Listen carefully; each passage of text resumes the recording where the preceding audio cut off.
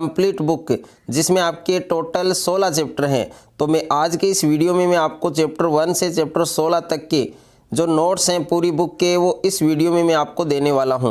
तो वीडियो को आपको कंप्लीट देखना है और ऐसे जो नोट्स हैं, शानदार नोट्स हैं, बेस्ट नोट्स हैं जो आपको बोर्ड एग्जाम में काफ़ी हेल्प करने वाले हैं। और बोर्ड एग्जाम में जो आपका पेपर आता है तो उसमें जितने भी क्वेश्चंस आएंगे आपके साइंस में, तो एक भी क्वेश्चन आपके अलग नहीं आएगा। अगर आपने ये नोट्स को अच्छे से प्रिपेयर कर लिया तो बोर्ड एग्जाम में आप एक अच्छा स्कोर कर सकते हैं। तो देखिए, सबसे पहले आपको चैप्टर 1 दिया गया है रासायनिक अभिक्रिया एवं समीकरण, और इसकी जो पीडीएफ है वो आपको कहाँ पर मिलने वाली है तो इस वीडियो में मैं आपको बताऊंगा। तो वीडियो को आपको पूरा देखना है, वीडियो को कहीं पर भी मिस नहीं करना है। तो पहला जो चैप्टर है हमारा रासायनिक अभिक्रिया एवं समीकरण, तो इसका केवल एक ही पार्ट है। आप देख सकते हैं रासायनिक समीकरण और इसके उदाहरण भी हैं, उसके बाद में अभिकारक हैं, इसके एग्जाम्पल हैं, और उसके बाद में क्रियाफल जिसको हम उत्पाद भी कहते हैं, इसकी भी एक रिएक्शन दे रखी है। उसके बाद में है संतुलित रासायनिक समीकरण यानी किसे कहते हैं, और इसके काफ़ी एग्जाम्पल दे रखे हैं। उसके बाद में है रासायनिक अभिक्रियाओं के प्रकार, जिसमें रासायनिक अभिक्रियाएं हैं वो निम्न प्रकार की होती हैं। 9 प्रकार हैं जो आपको अच्छे से प्रिपेयर करने हैं, जिसमें पहला है संयोजन अभिक्रिया, इसके भी एग्जाम्पल आपको दे रखे हैं। उसके बाद में सेकंड है आपकी वियोजन अभिक्रिया, और यहाँ पर जिन जिन लाइंस को यहाँ पर हाईलाइट किया गया है वो लाइंस आपको ज़रूर पढ़नी है। ओके, यानी यहाँ पर दे रखा है संगमरमर का सूत्र, तो संगमरमर का जो सूत्र है वो याद करना है आपको। उसके बाद में है ऊष्माक्षेपी अभिक्रिया, इसकी परिभाषा दे रखी है, इसका एग्जाम्पल दे रखा है, और श्वसन एक ऊष्माक्षेपी अभिक्रिया है। क्यों है तो इसका जो रीज़न है वो आपसे एग्जाम में पूछा जा सकता है। और तीसरा उदाहरण ये आपके साग सब्जियों का विघटित होकर कंपोस्ट बनना। उसके बाद में है ऊष्माशोषी अभिक्रिया, तो इसकी परिभाषा याद करनी है, इसके एग्जाम्पल याद करने हैं। उसके बाद में विस्थापन अभिक्रिया, और उसके बाद में है द्विविस्थापन अभिक्रिया। अब देखिए, जब आप इनको लिखने लगोगे तो आपका काफ़ी जो टाइम है वो आपका यहाँ पर स्पेंड हो जाएगा, तो आपको अपना जो टाइम है वो ख़राब नहीं करना है। इसकी जो पीडीएफ है वो आपको मिल जाएगी। पीडीएफ कहाँ पर मिलेगी आपको, तो ये आपको वीडियो में ही बताया जाएगा, तो इसलिए वीडियो को कहीं पर भी आपको मिस नहीं करना है, वीडियो को पूरा देखना है। और वीडियो आपको अच्छा लगे तो वीडियो को ज़्यादा से ज़्यादा आपको शेयर करना है, ज़्यादा से ज़्यादा आपको वीडियो को लाइक करना है। उसके बाद में है दैनिक जीवन में उपचयन अभिक्रियाओं के प्रभाव, तो ये आपकी विकृत गंधिता, ये आपको प्रभाव दे रखे हैं।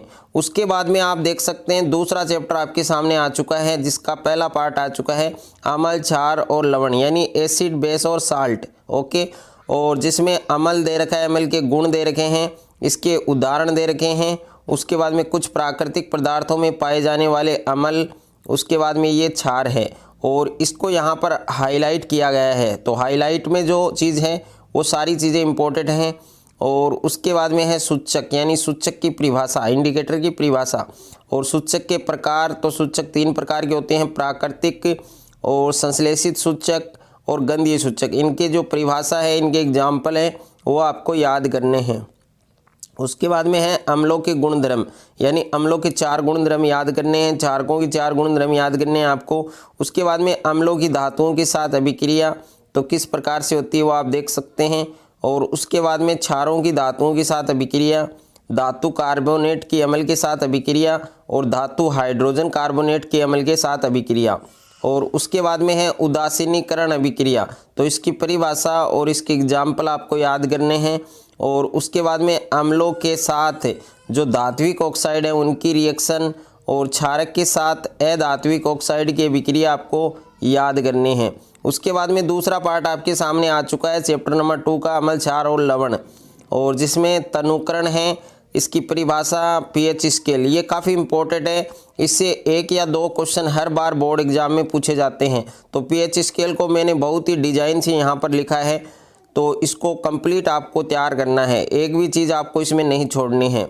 उसके बाद में है निम्न विलयनों के पीएच मान, तो जो इम्पोर्टेंट है, जो आपके बोर्ड एग्जाम में पूछे जाते हैं वही पीएच मान मैंने लिए यहाँ पर। ओके, तो सारे आपको याद करने हैं।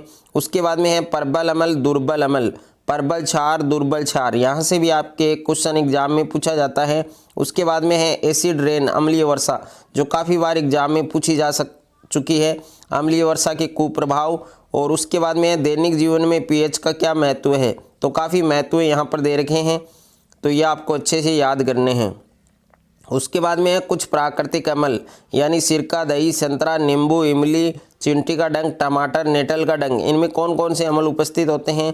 साधारण नमक से बनने वाले पदार्थ कौन से हैं, जिसमें पहला है सोडियम हाइड्रोक्साइड, इसका सूत्र और इसकी जो रासायनिक अभिक्रिया वो आपको याद करनी है और उपयोग भी आपको याद करने हैं। उसके बाद में है ब्लीचिंग पाउडर यानी विरंजक चूर्ण, और इसकी रिएक्शन, इसका सूत्र, इसके उपयोग आपको याद करने हैं। उसके बाद में नेक्स्ट है आपके बेकिंग सोडा, जिसे खाने का सोडा भी कहते हैं, इसका रासायनिक सूत्र याद होना चाहिए आपको, इसकी रिएक्शन याद करनी है और इसके उपयोग। उसके बाद में है धोने का सोडा, इसका सूत्र याद करना है, इसकी रिएक्शन याद करनी है और इसके उपयोग। उसके बाद में लास्ट है आपके प्लास्टर ऑफ पेरिस, तो इसका फॉर्मूला आपको याद करना है और इसके उपयोग भी आपको याद करने हैं। उसके बाद में देख सकते हैं आप तीसरा चैप्टर आपके सामने आ चुका है, धातु और अधातु, यानी मेटल एंड नॉन मेटल। तो इसका जो पार्ट नंबर 1 है वो आपके आ चुका है। काफ़ी शानदार नोट्स हैं, ऐसे नोट्स आपको यूट्यूब पर ऑफलाइन कोचिंग में कहीं पर, स्कूल में कहीं पर भी नहीं मिलेंगे। शानदार नोट्स हैं, काफ़ी स्ट्रगल के बाद ये नोट्स बनाए गए हैं, तो इनका पूरा जो फ़ायदा है वो आपको लेना है, पूरा बेनिफिट आपको लेना है। उभयधर्मी ऑक्साइड जो काफ़ी बार बोर्ड एग्जाम में आ चुका है। उसके बाद में है एनोडाइजिंग यानी एनोडीकरण, धातुओं की जल के साथ अभिक्रिया, धातुओं की अम्लों के साथ अभिक्रिया और धातुओं की धातु लवणों के साथ अभिक्रिया। और उसके बाद में है एक्वारेजिया, सक्रियता श्रेणी और अधातु। और यहाँ पर देखो मैंने किस प्रकार से इसको हाईलाइट किया है, काफ़ी बार एग्जाम में आ चुका है, आप इसे अच्छे से पढ़ें। और अधातुओं के गुण धर्म, यानी अधातुओं के क्या गुण धर्म होते हैं। उसके बाद में है अधातुओं की रासायनिक अभिक्रिया और अम्लों के साथ, क्लोरीन के साथ, हाइड्रोजन से अभिक्रिया। कंप्लीट जो नोट्स हैं वो आपको यहाँ पर दिए जा रहे हैं फ्री ऑफ कॉस्ट। उसके बाद में है उत्कृष्ट गैसों के नाम और उसके बाद में है अपर रूप, अपर रूप की परिभाषा याद करनी है आपको अच्छे से। और उसके बाद में तीसरा पार्ट, जो दूसरा पार्ट है आपके धातु और अधातु का, आयनिक यौगिक किसे कहते हैं, इसकी परिभाषा, इसके उदाहरण और आयनिक यौगिकों के गुणधर्म, काफ़ी इंपॉर्टेंट है, अच्छे से आपको तैयार करना है। उसके बाद में है धातुओं की प्राप्ति, जिसमें खनिज है, अयस्क है और गैंग है, तो तीनों की परिभाषा आपको याद करनी है। और सक्रियता श्रेणी में नीचे आने वाली धातुओं का निष्कर्षण किस प्रकार से किया जाता है, और सक्रियता श्रेणी के मध्य जो स्थित जो धातु हैं उनका निष्कर्षण, जिसमें भर्जन और निस्तापन काफ़ी इंपॉर्टेंट है आपके, थर्मिट अभिक्रिया। और उसके बाद में जो सक्रियता श्रेणी है उसमें सबसे ऊपर स्थित धातुओं का निष्कर्षण किस प्रकार होता है, धातुओं का परिष्करण, विद्युत अपघटनीय परिष्करण, इसका नामांकित चित्र है वो भी आपको याद करना है। संक्षारण है, संक्षारण की जो प्रमुख घटनाएं हैं वो दे रखी है, संक्षारण से किस प्रकार से सुरक्षा करनी है, किस प्रकार के जो बचाव के उपाय हैं वो याद करने हैं। और यहाँ पर देखो हाईलाइट है, इसको आप अच्छे से पढ़ें। उसके बाद में चैप्टर नंबर 4 है हमारा कार्बन और उसके यौगिक, तो इसके भी 3 या 4 पार्ट हैं टोटल। तो जिसमें पहले है सबसे पहले कार्बन की विशेषताएं, तो कार्बन की विशेषताएं आपको याद करनी है। कार्बन में आबंध, सहसंयोजी आबंध, हाइड्रोजन का अणु किस प्रकार से बनाना है और इसकी जो इलेक्ट्रॉन बिंदु संरचना है वो भी दे रखी है। क्लोरीन का अणु, उसके बाद में ऑक्सीजन का अणु, नाइट्रोजन का अणु, अच्छे से आपको तैयार करना है। ये आपके मेथेन का अणु, तो काफ़ी बार एग्जाम में आ चुका है, इसकी जो संरचना है वो आपको आनी चाहिए। सहसंयोजी आबंध क्या होता है, इसकी परिभाषा याद करनी है। कार्बन के अपर रूप, जिसमें अपर रूप की परिभाषा याद करनी है आपको। और जो हीरा है, ग्रेफाइट है, फुलरिन है, इनके बारे में भी आपको अच्छे से नॉलेज होना चाहिए। जो बिंदु मैंने लिखे हैं, जो पॉइंट्स मैंने लिखे हैं वो सारे पॉइंट्स आपको क्लियर करने हैं। संतृप्त यौगिक क्या है, असंतृप्त यौगिक क्या है, हाइड्रोकार्बन, आईपीएससी पद्धति का पूरा नाम, इसकी क्या विशेषताएं हैं, और पूर्व लगन का निर्धारण, ये भी आपको कंप्लीट याद करना है। जो अनुलग्न है उनका निर्धारण किस प्रकार से किया जाता है, और एल्केन का नामकरण, नामकरण के नियम, प्रतिस्थापियों का अंकन, यानी कंप्लीट नोट्स हैं। कुछ महत्वपूर्ण प्रतिस्थापी भी हैं जिनको आपको याद करना है। कार्बन और हाइड्रोजन के जो संतृप्त यौगिक हैं उनके सूत्र और उनकी जो संरचनाएं हैं वो भी आपको याद करनी है। एल्केन का नामकरण किस प्रकार से किया जाता है, नामकरण के क्या नियम हैं, और ये आपके इनके एग्जाम्पल हैं। और उसके बाद में है एल्काइन का नामकरण, और इसके क्या रूल्स हैं, क्या नियम हैं इनके, वो नियम भी आपको कंप्लीट करने हैं। उसके बाद में चैप्टर नंबर 4 जो हमारा धातु जो कार्बन के यौगिक हैं, तो इसका जो तीसरा पार्ट है वो है इसमें समजातीय श्रेणी, कार्बन यौगिकों की नाम पद्धति, नामकरण के नियम और हेलोजन, एल्कोहल, ये सारे आपको याद करने हैं। इसमें एल्डिहाइड है, कीटोन है, कार्बोक्सिलिक अम्ल है, द्विआबंधित हाइड्रोकार्बन है, किस प्रकार से ये तैयार होते हैं, कार्बनिक यौगिकों की रासायनिक गुण धर्म जिसमें दहन है, ऑक्सीकरण है, ऑक्सीकारक है, ये काफ़ी इम्पोर्टेंट है और इसको आपको अच्छे से तैयार करना है। संकलन अभिक्रिया और निकल उत्प्रेरक का उपयोग, प्रतिस्थापन अभिक्रिया जो काफ़ी इम्पोर्टेंट है आपके। और चैप्टर नंबर जो 4 है हमारा, इसका पार्ट 4 कुछ महत्वपूर्ण कार्बनिक यौगिक जैसे एथेनॉल है, इसके गुण धर्म, एथेनॉल के रासायनिक गुण धर्म, पोटेशियम परमैंगनेट के साथ इसकी अभिक्रिया, एथेनोइक अम्ल के साथ क्रिया जिसमें एस्टरीकरण है, सोडियम से क्रिया, एथेनोइक अम्ल के भौतिक गुण धर्म। तो कंप्लीट नोट्स हैं, ये सारे आपको तैयार करने हैं, अच्छे से आपको पढ़ना है, अच्छे से आपको सारे चैप्टर तैयार करने हैं। साबुन और अपमार्जक जो वेरी इंपॉर्टेंट है, जो आपके हर बार एग्जाम में पूछा जाता है। मिसेल की जो संरचना है वो भी इसमें दे रखी है, अपमार्जक भी दे रखा है, तो अच्छे से आपको तैयार करना है। यानी मिसेल की संरचना किस प्रकार से तैयार होती है वो आप देख सकते हैं। इसमें मैंने वही पॉइंट्स लिखे हैं जो आपके एग्ज़ाम के लिए इम्पोर्टेंट हैं। साबुनों की शोधन क्रिया किस प्रकार से है, किस प्रकार से कपड़ों पर ग्रीस, कपड़ों पर जो आपके मिसेल के रूप में साबुन स्वच्छ करने में सक्षम होता है, पूरा तैयार करना है आपको। 5वां चैप्टर है हमारा तत्वों का आवर्त वर्गीकरण।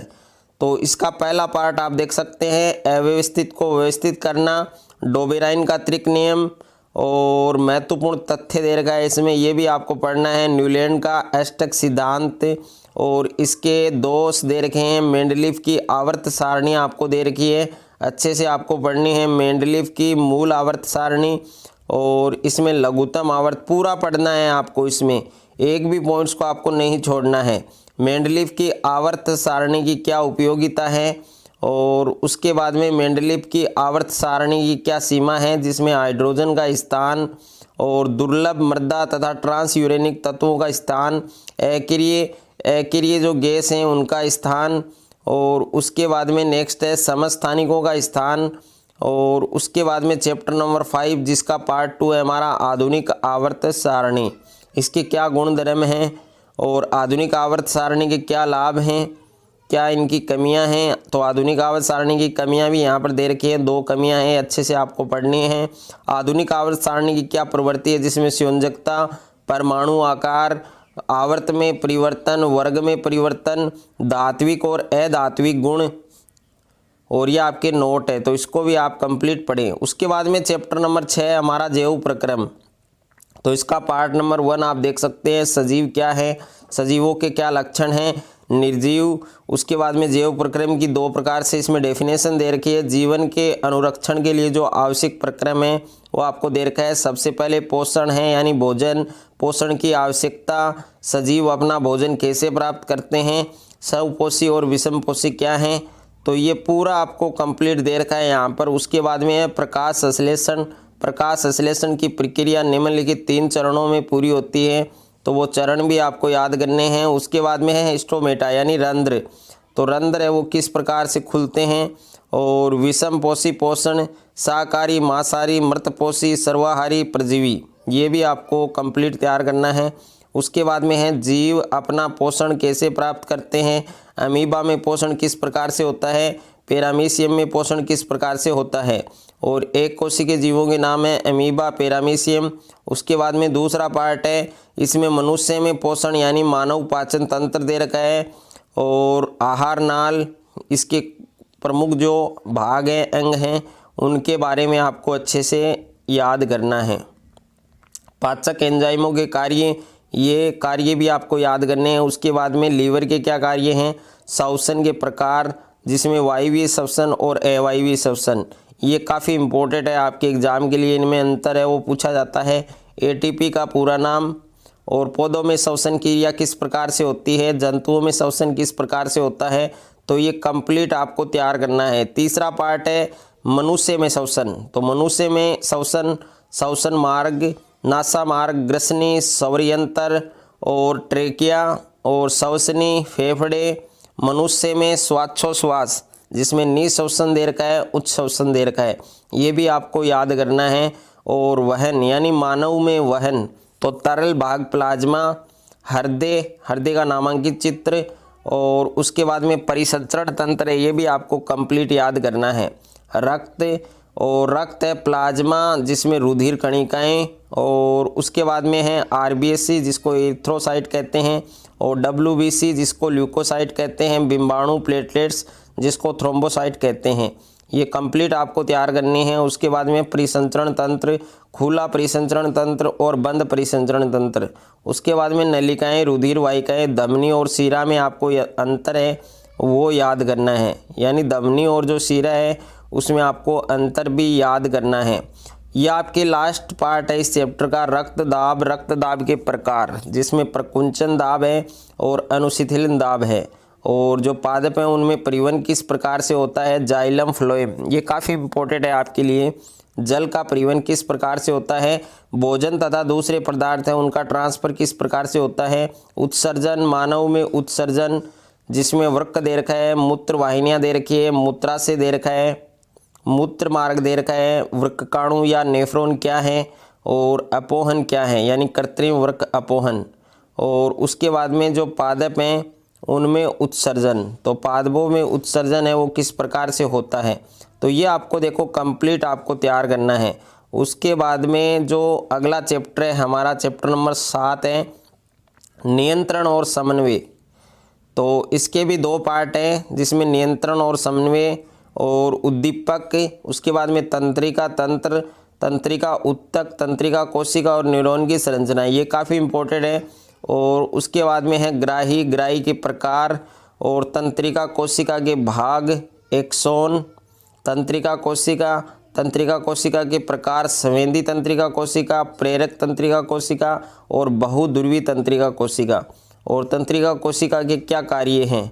उसके बाद में दूसरा पार्ट है जिसमें तंत्रिका आवेग, युग्मानुबंधन, प्रतिवर्ती क्रिया, ये काफ़ी इंपॉर्टेंट है।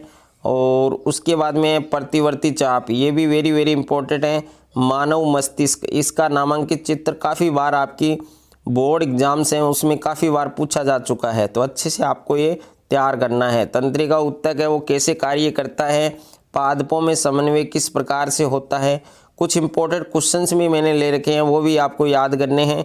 ये तीसरा पार्ट है आपके अनुवर्तनी गति और अनुचलन गति में अंतर, तो यहाँ पर अंतर दे रखा है। उसके बाद में प्रकाशानुवर्तन और गुरुत्वानुवर्तन में अंतर दे रखा है, तो किस प्रकार से अंतर होता है। पादप हार्मोन है, पादप हार्मोन की परिभाषा और इनके प्रकार। अब ये जो प्रकार दे रखे हैं इनके कार्य भी आपको याद करने हैं। उसके बाद में हार्मोन और एंजाइम में अंतर दे रखा है कि हार्मोन और एंजाइम में किस प्रकार से अंतर है।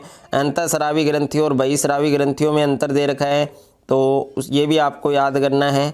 उसके बाद में पीयूष ग्रंथि और इनसे स्रावित जो हार्मोन हैं, जो अग्नाशय ग्रंथि है उनसे कौन सा हार्मोन स्रावित होता है, अधिवृक्क ग्रंथि से कौन सा हार्मोन स्रावित होता है, तो ये कंप्लीट आपको देखो पढ़ना है। ओके, उसके बाद में नेक्स्ट है आपके 8वां चैप्टर, यानी जीव जनन कैसे करते हैं।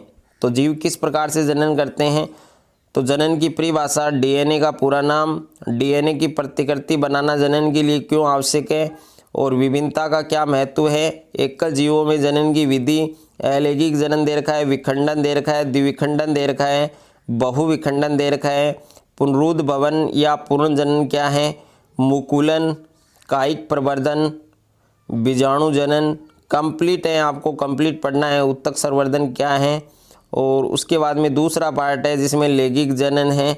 लैंगिक जनन को विस्तार पूर्वक यहाँ पर समझाया गया है, तो पूरा आपको पढ़ना है।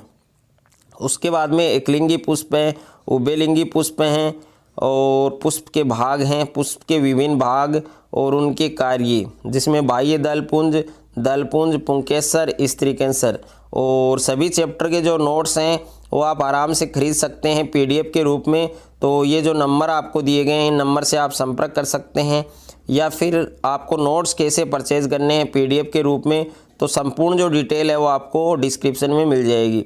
उसके बाद में है स्वपरागण और परपरागण में अंतर, मानव में लैंगिक जनन दे रखा है। तीसरा पार्ट है जिसमें नरजनन तंत्र दे रखा है, नरजनन तंत्र के भाग दे रखे हैं। और उसके बाद में मादा जनन तंत्र है, तो मादा जनन तंत्र के भी 6 भाग हैं। इन 6 भाग को आपको अच्छे से पढ़ना है, अच्छे से आपको तैयार करना है। क्या होता है जब अंड का निषेचन नहीं होता है, ये भी काफ़ी इंपॉर्टेंट क्वेश्चन है। जनन स्वास्थ्य क्या है, गर्भ धारण रोकने के क्या क्या उपाय हैं, कौन कौन सी विधियां हैं, तो अच्छे से पढ़ना है। उसके बाद में चैप्टर 9 है आपके आनुवंशिकता और जैव विकास, तो इस चैप्टर को भी आपको अच्छे से पढ़ना है। जनन के दौरान विभिन्नताएं हैं, उनका संचयन किस प्रकार से होता है, अलैंगिक जनन लैंगिक जनन क्या है, विभिन्नता के लाभ, आनुवंशिकता क्या है, तो कंप्लीट आपको पढ़ना है। मेंडल द्वारा मटर के पौधे का चयन किस प्रकार से हुआ, मेंडल के वंशागति के नियम, जिसमें पहला प्रभाविता का नियम है, दूसरा पृथक्करण का नियम है, तीसरा आपके स्वतंत्र एफ्यून का नियम है। उसके बाद में मेंडल का योगदान, तो ये योगदान भी आपको पढ़ना है। और उसके बाद में दूसरा पार्ट है जिसमें मनुष्य में लिंग निर्धारण दे रखा है, ये भी वेरी वेरी इंपॉर्टेंट है। और उपार्जित लक्षण, आनुवांशिक लक्षण, आनुवांशिक लक्षणों के क्या गुण हैं, जाति उद्भव क्या है और जाति उद्भव के क्या कारण हैं, तो इसमें 3 कारण दे रखे हैं आपको। आनुवंशिक विचलन का क्या कारण है, विकास और वर्गीकरण क्या है, समजात और समरूपण, ये काफ़ी इंपॉर्टेंट है, हर बार ये क्वेश्चन आपके एग्जाम में पूछा जाता है।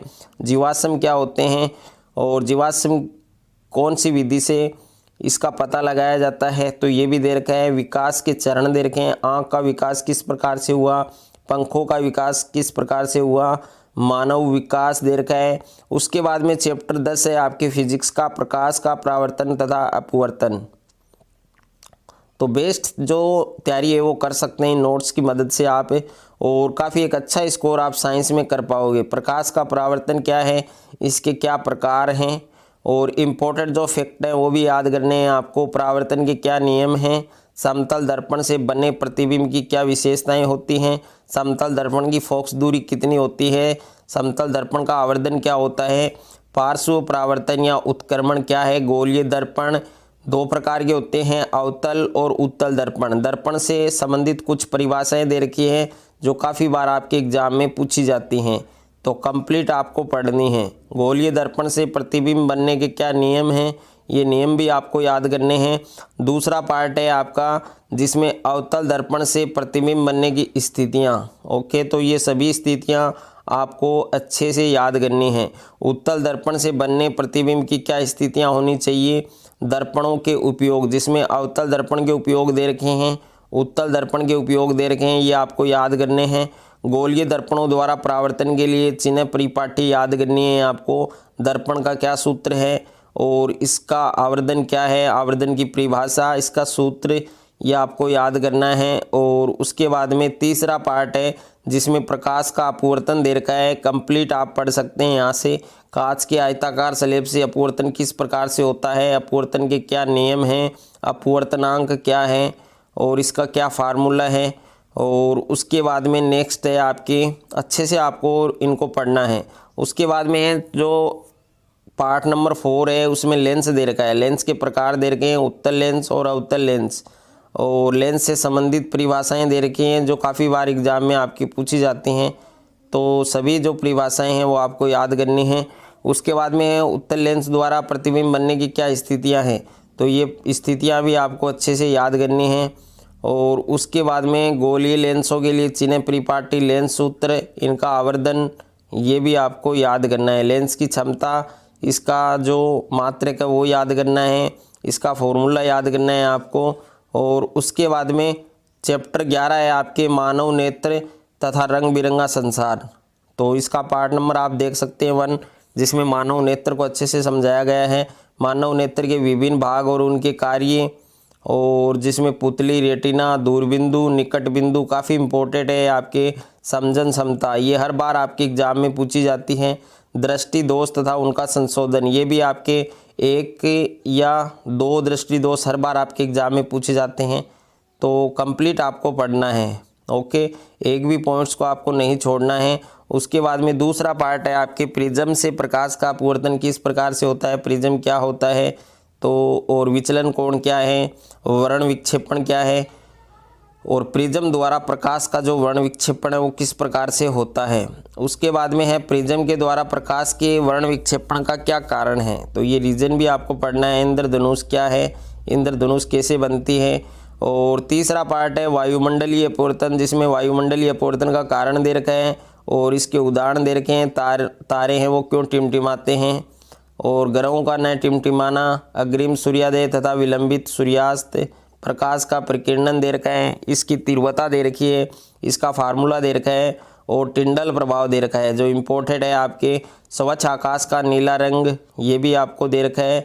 उसके बाद में 12वां चैप्टर है विद्युत, जिसका पार्ट नंबर 1 है, जिसमें विद्युत परिपथ की परिभाषा, इसका चित्र दे रखा है। और उसके बाद में विद्युत धारा किसे कहते हैं, इसका क्या मात्रक है, और 1 एम्पीयर की क्या परिभाषा है, विद्युत विभव और विद्युत विभवांतर, ये भी आपको अच्छे से याद करना है। और उसके बाद में है विद्युत परिपथ आरेख, तो ये ज़रूर पढ़ना है आपको। इनमें से एक परिपथ है वो आपके एग्जाम में पूछा जाता है। उसके बाद में दूसरा पार्ट है जिसमें ओम का नियम दे रखा है, जो काफ़ी इम्पोर्टेंट है आपके। ओम का नियम ये आपको याद करना है, इसमें काफ़ी सूत्र हैं, वो सूत्र भी आपको याद करने हैं। प्रतिवर्ती प्रतिरोध जिसको धारा नियंत्रक कहते हैं, ये क्या होता है, और ओम के नियम के अनुसार विभवांतर और धारा के मध्य ग्राफ, ये भी काफ़ी बार एग्जाम में आपके पूछा जा चुका है। चालक के प्रतिरोध को प्रभावित करने वाले कारक कौन कौन से हैं, ये भी इम्पोर्टेंट है। ये पूरा चैप्टर इम्पोर्टेंट है, पूरी चीज़ें आपको पढ़नी है। श्रेणी क्रम, समांतर क्रम, यहाँ से न्यूमेरिकल क्वेश्चंस बनते हैं, तो ये जितने भी सूत्र दे रखे हैं इसमें सारे सूत्र आपको याद करने हैं। तीसरा पार्ट है जिसमें जूल का तापन नियम, ये तो इतना इम्पोर्टेंट है आप कह नहीं सकते हैं, हर बार ये क्वेश्चन आपके एग्जाम में आता है। विद्युत शक्ति, इसका मात्रक, ये भी आपको पढ़ना है। किलोवाट घंटा KWH, जिसको यूनिट कहते हैं हिंदी में, ये भी पढ़ना है आपको अच्छे से। ओके, उसके बाद में चैप्टर नंबर 13 है आपके विद्युत धारा के चुंबकीय प्रभाव, एकदम धमाकेदार नोट्स हैं। चुंबक के प्रकार, प्राकृतिक, कृत्रिम, और चुंबक के क्या गुण हैं, चुंबकीय क्षेत्र किसे कहते हैं, और चुंबकीय क्षेत्र रेखाओं के गुणधर्म, हर बार एग्जाम में आता है आपके। किसी छड़ चुंबक के चारों ओर चुंबकीय क्षेत्र रेखाएं खींचिए, तो ये डायग्राम आपको बनाना है। और विद्युत धारावाही चालक के कारण चुंबकीय क्षेत्र, सीधे चालक से विद्युत धारा प्रवाहित होने के क्या कारण हैं, तो वो भी आपको याद करने हैं। दक्षिण हस्त अंगुष्ठ नियम क्या है, और उसके बाद में दूसरा पार्ट है, दूसरे पार्ट में प्रणालिका दे रखी है आपको। और उसके बाद में नेक्स्ट है आपके, अच्छे से आपको पढ़ना है ये जो तथ्य दे रखे हैं। फ्लेमिंग का बाएं हाथ का नियम बहुत ही इम्पोर्टेंट है, मोस्ट इम्पोर्टेंट है आपके। तीसरे पार्ट में विद्युत मोटर दे रखा है आपको, इसके सिद्धांत, रचना और इसके जो भाग हैं उनका वर्णन और इनका चित्र आपको याद करना है। विद्युत चुंबकीय प्रेरण दे रखा है। फ्लेमिंग का दक्षिण हस्त नियम आपको दे रखा है। विद्युत जनित जिसको डायनेमो कहते हैं, इसकी परिभाषा, इसकी सिद्धांत, इसकी संरचना, ये आपको अच्छे से क्लियर करनी है, अच्छे से आपको तैयार करनी है। और उसके बाद में दिष्ट धारा और प्रत्यावर्ती धारा में क्या अंतर है। घरेलू विद्युत परिपथ है जिसमें 3 या 4 प्रकार के तार दिए गए हैं, उनके बारे में अच्छे से आपको याद करना है। चैप्टर 14 है आपके ऊर्जा के स्रोत, तो इसका केवल इसके 2 पार्ट हैं, जिसमें सबसे पहले ऊर्जा के बारे में दिया गया है। ऊर्जा का उत्तम स्रोत क्या है, उत्तम ईंधन किसे कहते हैं, ऊर्जा के पारंपरिक स्रोत, जीवाश्म ईंधन क्या है, जीवाश्म ईंधन की हानियाँ, जीवाश्म ईंधन से उत्पन्न प्रदूषण को कम करने के क्या उपाय हैं, तापीय विद्युत संयंत्र क्या है, और उसके बाद में है जल विद्युत संयंत्र, इसके लाभ, ऊर्जा के पारंपरिक स्रोतों के उपयोग के लिए जो प्रौद्योगिकी है उसमें किस प्रकार से सुधार किए गए हैं, लकड़ी, इसकी हानियाँ, चारकोल और बायोगैस है, बायोगैस के क्या लाभ हैं। और उसके बाद में है दूसरा पार्ट जिसमें पवन ऊर्जा दी गई है, अच्छे से आपको तैयार करनी है। पवन ऊर्जा के क्या लाभ हैं, पवन ऊर्जा की क्या सीमाएँ हैं, और वैकल्पिक अथवा गैर परंपरागत ऊर्जा स्रोत क्या हैं, जिसमें सौर ऊर्जा है, सौर ऊर्जा युक्तियाँ हैं, और सौर सेल के क्या उपयोग हैं, समुद्रों से ऊर्जा किस प्रकार से प्राप्त होती है, ज्वारीय ऊर्जा है, तरंग ऊर्जा है, और महासागरीय जो तापीय ऊर्जा है वो क्या होती है, भूतापीय ऊर्जा क्या होती है, और उसके बाद में है नाभिकीय ऊर्जा, जिसमें 2 प्रकार की अभिक्रियाओं से प्राप्त होती है, नाभिकीय विखंडन और नाभिकीय संलयन। तो नाभिकीय विखंडन और नाभिकीय संलयन की परिभाषा आपको याद करनी है। पर्यावरण विषयक सरोकार, ये भी आपको याद करना है। उसके बाद में चैप्टर 15 है हमारा पर्यावरण। तो इस चैप्टर के कंप्लीट नोट्स हैं वो आप देख सकते हैं। यहाँ पर पारिस्थितिकी तंत्र और जैव निम्नीकरणीय, अजैव निम्नीकरणीय, पारिस्थितिक तंत्र के घटक, अजैविक घटक जिसमें अकार्बनिक, कार्बनिक और भौतिक हैं, और जैविक घटक में उत्पादक, उपभोक्ता, प्राथमिक उपभोक्ता, द्वितीयक उपभोक्ता और तृतीयक उपभोक्ता, ये सारे आपको याद करने हैं। आहार श्रृंखला, पोषी स्तर, 10% का नियम, जैवावर्धन क्या है और आहार जाल क्या है, तो ये पूरा तैयार करना है आपको। ओके। ओजोन परत से भी आपके एक क्वेश्चन हर बार पूछा जाता है एग्जाम में। ओजोन परत में किस प्रकार से इसका ह्रास हुआ, किस प्रकार से कमी हुई। कचरा प्रबंधन है, जैव निम्नीकरणीय पदार्थ है, और कचरा निपटान की समस्या करने के उपाय भी आपको दे रखे हैं। उसके बाद में चैप्टर नंबर 16 है हमारा प्राकृतिक संसाधनों का प्रबंधन, जिसमें प्राकृतिक संसाधन दे रखे हैं, अक्षय प्राकृतिक संसाधन, अक्षयशील संसाधन, प्राकृतिक संसाधनों का किस प्रकार से हमें मैनेज करना चाहिए, गंगा कार्य योजना क्या है, और उसके बाद में इसके कम उपयोग, पुनःचक्रण, पुनः उपयोग, हमें संसाधनों के प्रबंधन की आवश्यकता क्यों है, संपोषणीय विकास क्या है, वन और वन्य जीव संरक्षण, जिसमें जैव विविधता दे रखी है, हमें वन्य और वन्य जीवन का संरक्षण क्यों करना चाहिए, दावेदार या स्टेक होल्डर क्या है, ये भी आपको अच्छे से याद करना है। चिपको आंदोलन, बांध और बांधों के लाभ, बांधों से किस प्रकार कौन कौन सी हानियां हैं, और जल संग्रहण क्या है, भौम जल के रूप में संरक्षण के लाभ, कोयला और पेट्रोलियम, इसको अच्छे से यहाँ पर जो जीवाश्म ईंधन माने जाते हैं, जीवाश्म ईंधन के प्रयोग में होने वाली हानियाँ और जीवाश्म ईंधन के प्रयोग को सीमित करने के क्या उपाय हैं। तो ये कंप्लीट नोट्स हैं बेटा, आपको अच्छे से पढ़ना है, अच्छे से आपको तैयार करना है। बोर्ड एग्जाम में अगर साइंस के पेपर में आप एक अच्छा स्कोर करना चाहते हैं तो पूरे नोट्स हैं आपको अच्छे से तैयार करने हैं। और ये नोट्स हैं ये आप PDF के रूप में परचेज़ कर सकते हैं। तो परचेज़ आपको कैसे करना है ये आपको पूरी जो डिटेल है वो आपको डिस्क्रिप्शन में मिल जाएगी। वहाँ जाकर आप एक साथ जो कंप्लीट बुक है आपकी साइंस की, पूरे नोट्स हैं, हैंड रिटन नोट्स हैं, आपने देख लिए, तो ये नोट्स आप परचेज़ कर सकते हैं।